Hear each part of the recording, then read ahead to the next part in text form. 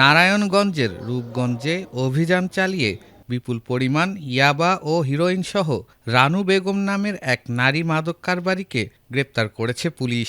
শুক্রবার ভোররাতে উপজেলার ভুলতা ইউনিয়নের টেককান্দা পাড়া এলাকায় এ অভিযান পরিচালনা করা হয়। গ্রেপ্তারকৃত রানু বেগম রূপগঞ্জের মাসিমপুর এলাকার ফারুকের স্ত্রী বলে জানা গেছে।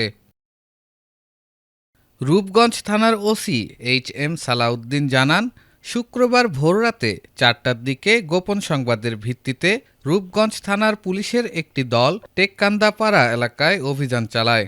এ সময় জৈনক জসিমউদ্দিনের ভাড়াটিয়ার বাড়িতে তল্লাশি চালিয়ে ৩৫০ পিস ইয়াবা ও বেশ কিছু পরিমাণ হিরোইনসহ মাদক কারবারি রানু বেগমকে গ্রেফতার করা হয়।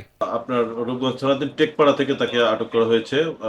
তার কাছে যে আমাদের ৩৫০ পিস ইয়াবা ট্যাবলেট, ৩ গ্রাম হেরোইন এবং মাদক বিক্রির ১,৭০,০০০ টাকা সহ তাকে পেয়ে আটক করা হয়েছে এবং এটা বিধি মোতাবেক সাক্ষীদের মোকাবেলায় জব্দ করা হয়।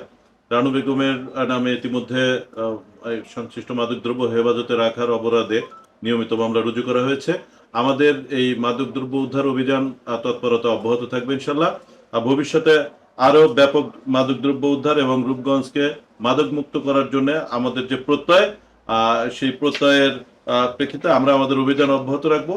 গ্রেফতারকৃত রানু বেগমের বিরুদ্ধে মাদকদ্রব্য নিয়ন্ত্রণ আইনে মামলা দায়ের করা হয়েছে। পরে তাকে নারায়ণগঞ্জ আদালতে পাঠানো হয়। রূপগঞ্জ প্রতিনিধি মোহাম্মদ রাজু আহমেদের পাঠানো তথ্য ও চিত্রে ডেস্ক রিপোর্ট, এটিএন বাংলা।